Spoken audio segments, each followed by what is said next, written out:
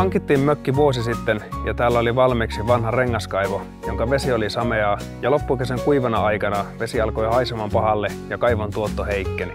Talvella sitten pohdittiin erilaisia vaihtoehtoja ja mökkiporakaivo Vellamo tuntui fiksuimmalta ratkaisulta meidän tarpeisiin. Vellamo on kompakti ja helppo kaivoratkaisu mökin vesihuoltoon. Tämä koostuu porakaivosta, kaivopumpusta sekä maan pinnalle eristetyn suojan alle asennettavasta tekniikasta.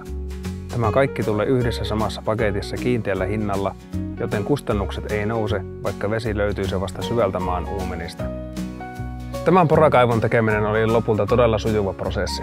Asiantuntija kävi tontilla katsomassa paikan ja hänen kanssaan katsottiin kaivolle sopiva kohta. Porauspäivänä porausauto saapui paikalle aamulla, poraja alkoi hommiin ja vesi löytyi puolen päivän jälkeen.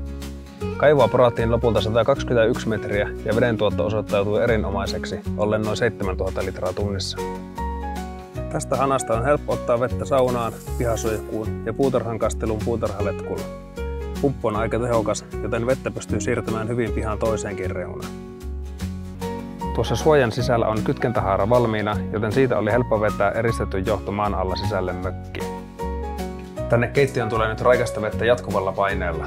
Allaskaapissa on vedenlämmitin, joten keittiöhana toimii samoin kuin tavallisissa asuintaloissa.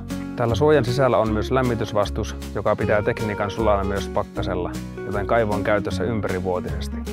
Mökkiporakaivo Vellamo on ollut tosi hyvä ratkaisu meidän mökin vesihuoltoon.